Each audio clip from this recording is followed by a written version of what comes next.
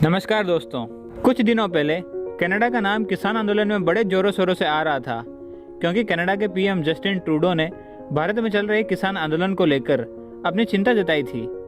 भारत में वैसे तो कई लोगों ने इसका कड़ा विरोध किया था, क्योंकि यह सीधा सीधा भारत के आंतरिक मामलों में दखल देना था। लेकिन पंजाब और हरियाणा के कई किसान आंदोलन से जुड़े लोग कनाडा के बचाव में आ गए थे और उन्होंने कहा था कि कनाडा के पीएम जस्टिन ट्रूडो ने कुछ भी गलत नहीं बोला, बल्कि वो तो किसानों के भले की बात कर रहे हैं। वैसे देखा जाए तो कनाडा को लेकर पंजाब और हरियाणा और खासकर पंजाब के लोगों में एक अलग ही लगाव है। हर साल कई पंजाबी एक अच्छे भविष्य की तलाश में कनाडा का रुख करते हैं और अब वहां पर पंजाबियों और खासकर सिखों की आबादी इतनी ज़्यादा बढ़ गई है कि अब कनाडा को पंजाबियों का दूसरा देश भी कहा जाता है।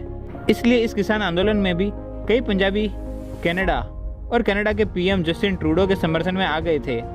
किसान आंदोलन जो पंजाब से शुरू हुआ था उसको अभी काफ़ी समय हो गया है, मगर आज तक सरकार और किसानों दोनों पक्षों में कोई भी समाधान निकल कर नहीं आ रहा है। किसानों को दिन रात ठंड और बारिश जैसे मौसम में खुले आसमान के नीचे वक्त बिताना पड़ रहा है।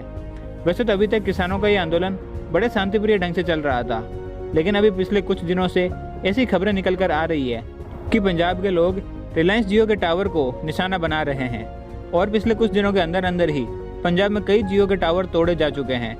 रिपोर्ट के मुताबिक लोगों का मानना है कि नए कृषि कानून से जियो और उसके मालिक मुकेश अंबानी को फायदा होगा, इसलिए वे रिलायंस जियो के टावर तोड़कर रिलायंस जियो पर अपना गुस्सा निकाल रहे हैं। रिलायंस जियो के पंजाब में करीब 9,000 टावर हैं और इन टावर में से 10 पुलिस वालों को भी अगर एक एक टावर की सुरक्षा के लिए लगा दिया जाए तो टोटल 90,000 पंजाब पुलिस के जवानों को अकेले इन टावर्स की सुरक्षा पर ही लगाने पड़ेंगे, जो कि बिल्कुल भी संभव नहीं है। अभी तक की रिपोर्ट के मुताबिक पूरे पंजाब में करीब 2,000 जियो के टावर्स को तोड़कर भारी नुकसान पहुंचाया गया है। वहीं राज्य की अमरिंदर सरकार ने भी लोगों से अपील की है कि वे जियो के टावर्स को नुकसान न पहुंचाएं, लेकिन अब रिलायंस जियो के टावर्स को सिक्योरिटी दिए बिना बात बिल्कुल नहीं बनती दिखाई दे रही। इसी बीच ये एक बड़ी खबर आ रही है कि रिलायंस जियो के टावर तोड़ने से नुकसान मुकेश अंबानी को नहीं, बल्कि कनाडा की कंपनी ब्रुकफील्ड को होगा। दरअसल कनाडा की कंपनी ब्रुकफील्ड कंपनी ने इसी साल सितंबर के महीने में रिलायंस जियो के उसके टावर कंपनी रिलायंस इन्फोकॉम के 100% शेयर खरीद लिए थे। भारत के रिलायंस इन्फोकॉम के पोर्टफोलियो में कुल 1,70,000 टावर है, जिनको कनाडा की कंपनी ब्रुकफील्ड ने $3.4 मिलियन यानी कि 25,215 करोड़ रुपए चुकाकर अपने नाम कर लिया था। और अब भारत में रिलायंस जियो के सभी टावर्स के मालिक कनाडा की यही ब्रुकफील्ड कंपनी है। इसलिए जो रिलायंस जियो का टावर समझकर तोड़फोड़ की जा रही है उसकी भरपाई अंबानी नहीं बल्कि ब्रुकफील्ड कंपनी को करनी पड़ेगी। अब दोबारा से नए टावर्स खड़े करने होंगे और 2,000 टावर्स अभी तक तोड़े जा चुके हैं, जिनको दोबारा से खड़े करने का भारी नुकसान कनाडा की कंपनी ब्रुकफील्ड को ही होगा।